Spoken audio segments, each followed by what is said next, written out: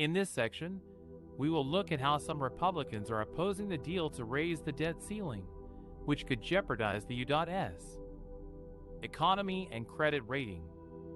The debt ceiling is the legal limit on how much the U.S. government can borrow to fund its operations and pay its obligations. If Congress does not raise the debt ceiling by June 5th, the Treasury will run out of money and default on its payments, which could trigger a global financial crisis. President Biden and House Speaker Kevin McCarthy announced on Saturday that they had reached a tentative deal to raise the debt ceiling by $4 trillion for 2 years in exchange for some spending cuts and reforms. The deal still needs to be approved by both chambers of Congress, where it faces opposition from some hardline Republicans who want deeper cuts and no new taxes.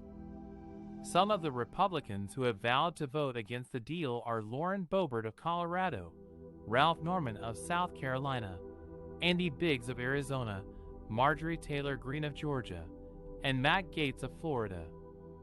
They argue that the deal is a betrayal of their voters, who elected them to rein in government spending and debt.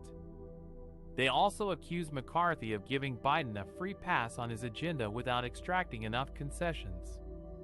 Other Republicans who have been critical of the deal, but have not yet said how they will vote, are Ted Cruz of Texas, Rand Paul of Kentucky, Josh Hawley of Missouri, and Tom Cotton of Arkansas.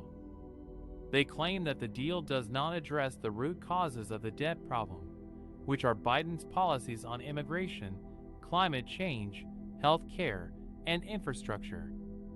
They also warn that raising the debt ceiling without meaningful reforms will only encourage more spending and borrowing in the future.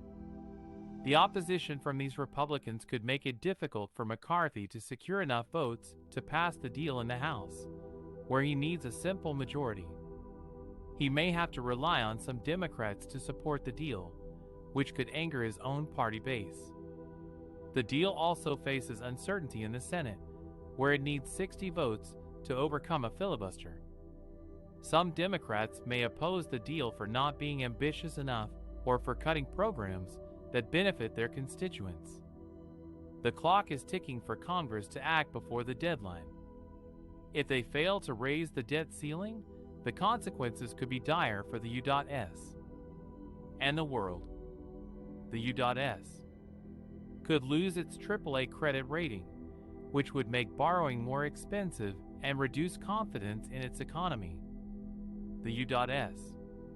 could also default on its obligations to its creditors, allies, and citizens, which would damage its reputation and credibility.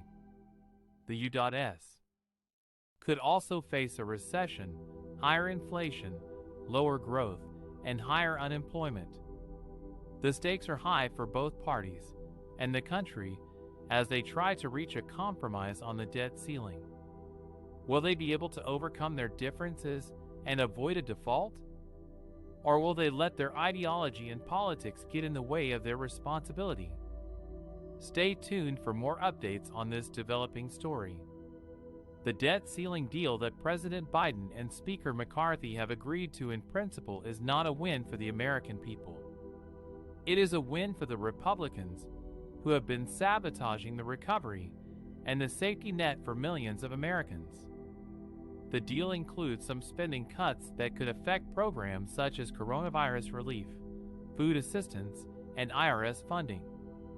These are programs that help the most vulnerable and the middle class, especially during a pandemic and an economic crisis. For example, the deal would claw back and use COVID funds that could be used to extend unemployment benefits, boost vaccine distribution, or support small businesses.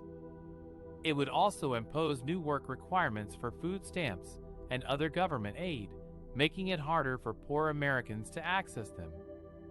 And it would reduce funding for the IRS, which could hamper its ability to collect taxes from wealthy individuals and corporations who evade them.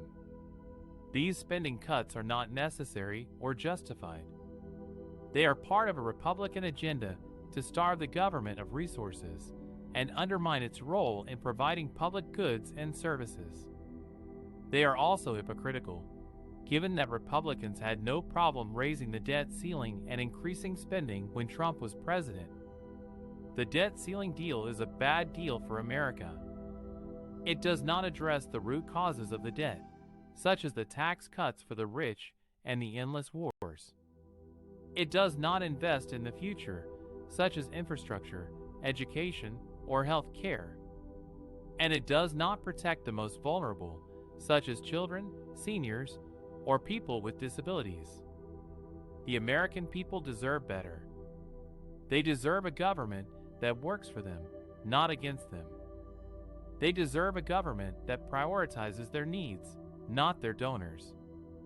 And they deserve a government that respects their voice, not their silence. The U.S. debt ceiling deal is a compromise between President Biden and House Speaker McCarthy.